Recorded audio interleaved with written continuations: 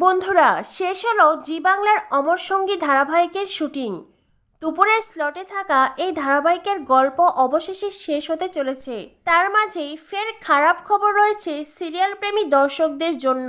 জি বাংলার পরে এইবার স্টার জলসার আরও একটি ধারাবাহিক বন্ধের পথে। চলতি বছরে একগুচ্ছ নতুন ধারাবাহিকের আগমনে সবটা উলটপালট।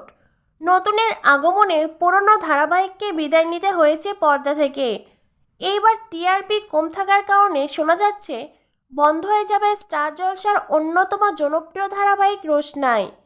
অভিনেতা সোন বন্দ্যোপাধ্যায় এবং অভিনেত্রী অনুষ্কা গোস্বামীর হাত ধরে এই ধারাবাহিক স্টার জলসার পর্দায় শুরু হয়েছিল।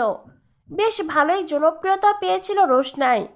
তবে মাঝপথে নায়িকা বদল হওয়ায় অনেকেই ধারাবাহিক থেকে মুখ ফিরিয়ে নিয়েছেন। ফলে টিআরপি আরও খারাপ হয়ে পড়ে। তবে এইবার শোনা যাচ্ছে খুব শীঘ্রই নাকি বন্ধ করে দেওয়া হবে এই ধারাবাহিককে। আর এই ধারাবাহিকের জায়গায় আসবে নতুন আরেক ধারাবাহিক, যদিও এখনও অফিসিয়ালি কিছুই জানা যায়নি।